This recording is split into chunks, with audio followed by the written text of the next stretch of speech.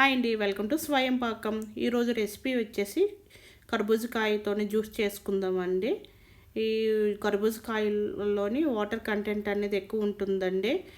ఈ సమ్మర్లోని మన body dehydrate అయిపోకుండా హైడ్రేట్గా ఉండాలంటే ఈ కర్బూజకాయని జ్యూస్ని కానీ పండుని కానీ తింటే మంచిదండి. ఇందులో వాటర్ కంటెంట్ అనేది ఎక్కువ ఉంచుతుంది. అలాగే మన శరీరాన్ని వేడి నుంచి ఇన్స్టెంట్గా చలువ కూడా చేస్తుందండి.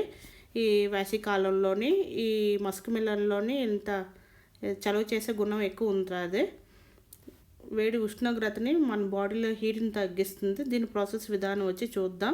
ఒక బౌల్ తీసుకొని 2 టేబుల్ స్పూన్ల సబ్జా గింజలు వేసుకొని తగినంత వాటర్ పోసుకొని నానబెట్టుకోవాలండి. అలాగే ఒక బాగా పండిన కర్బూజకాయని తీసుకొని ఇలా కట్ చేసుకొని మధ్యలో ఉన్న సీడ్స్ని రిమూవ్ చేసుకోవాలండి. సీడ్స్ని గింజల్ని రిమూవ్ చేసుకున్న తర్వాత ఈ పండులో గుజ్జునంతా సపరేట్ చేసుకోవాలండి. చాకుతో కానీ ఇలా నైఫ్తో కానీ కట్ చేసుకొని పండులో ఉన్న గుజ్జునంతా సపరేట్ చేసుకోవాలండి. ఈ గుజ్జునంతా ఒక బౌల్లో తీసుకోవాలి. ఇప్పుడు ఈ గుజ్జునంతా సపరేట్ చేశాక ఒక బౌల్లో మిక్సీ జార్లో వేసుకొని మిక్సీ పట్టించుకోవాలండి, మెత్తని జ్యూస్ లాగా. ఈ విధంగా మిక్సీ పట్టించుకున్నాక ఒక బౌల్లో ఈ జ్యూస్ని వేసి ఫ్రిడ్జ్లో పెట్టుకోవాలండి, చల్లపడుతుంది. ఇప్పుడు మిగతా ప్రాసెస్ విధానం వచ్చి చూద్దాం. స్టవ్ మీద కడాయి పెట్టుకొని కడాయిలో 2 కప్పుల వరకు వాటర్ వేసుకోవాలండి. ఇవి నేను చిన్న సైజు సగ్గుబియ్యాన్ని తీసుకున్నాను. ఒక 5 నిమిషాలు నానబెట్టుకొని తీసుకున్నానండి. ఇలా వాటర్ తెరులుతున్నప్పుడు ఈ సగ్గుబియ్యాన్ని వేసుకోవాలి. ఇలా నానబెట్టి తీసుకోవడం వల్ల త్వరగా ఉడికిపోతాయి సగ్గుబియ్యం అనేవి. చిన్న సైజు అయితే 5 నిమిషాల్లో ఉడికిపోతాయండి. పెద్ద సైజు సగ్గుబియ్యం టైం పడుతుంది.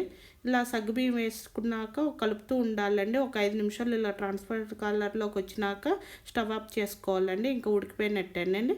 ఒక జల్లెల్లో వేసుకొని చల్లనీళ్ళు పోసుకొని ఈ గంజి అంతా స్ట్రాచ్ ఉంటుంది కదండి సగ్గుబియ్యంలో, ఎక్కువ వాటర్ చల్లనీళ్ళు వేసుకొని పోయినంత వరకు నీట్గా క్లీన్ చేసుకోవాలండి.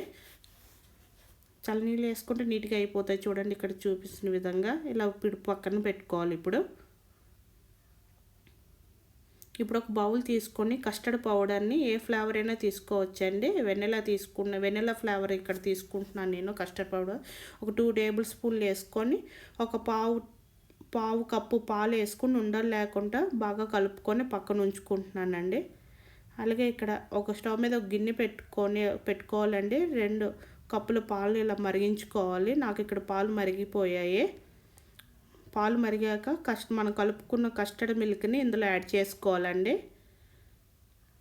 యాడ్ చేసుకున్నాక ఒక గరిటె పెట్టుకొని తిప్పుతూ ఉండాలండి. అడుగున ఉండలు కట్టుతుంది ఇది కస్టర్డ్ మిల్క్ అనేది. ఇప్పుడు రుచికి తగినంత ఒక పావు కప్పు వరకు పంచదారని యాడ్ చేసుకుంటున్నానండి నేను. ఈ పంచదార అంతా మెల్ట్ అయినంత బాగా కన్సిస్టెన్సీ కొంచెం 5 నిమిషాల వరకు కలుపుతూ ఉంటే తిక్కపడుతుందండి. అంతవరకు కలుపుకోవాలి. ఇవి చాలా బాగా చల్లారిపోవాలి కస్టర్డ్ మిల్క్ అనేవి బాగా. ఇప్పుడు మనం ఫ్రిడ్జ్ నుంచి తీసిన మస్క్ మిల్క్ జ్యూస్లోని ఈ కస్టర్డ్ మిల్క్ని యాడ్ చేసుకోవాలండి. చల్లారిపోయింది సగ్గుబియ్యము, సబ్జా గింజలు, కొన్ని ఐస్ క్యూబ్స్ అండి వేసి బాగా మిక్స్ చేసుకోవాలి.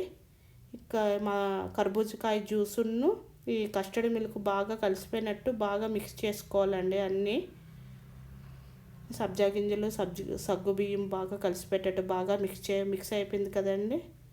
మీకు నచ్చినట్లయితే మీ దగ్గర ఉన్న డ్రై ఫ్రూట్స్ అండి, బాదం, పిస్తా, కాజుతో పైన గార్నిష్ చేసుకొని సర్వ్ చేసుకోవడమే.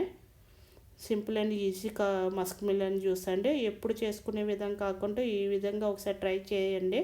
ట్రై చేసి ఎలా కుదిరిందో నాకు కామెంట్ సెక్షన్లో చెప్పండి. మీకు కనుక ఈ రెసిపీ నచ్చినట్టయితే లైక్ చేయండి, షేర్ చేయండి, నా ఛానల్ని సబ్స్క్రైబ్ చేసుకోండి. Thank you for watching.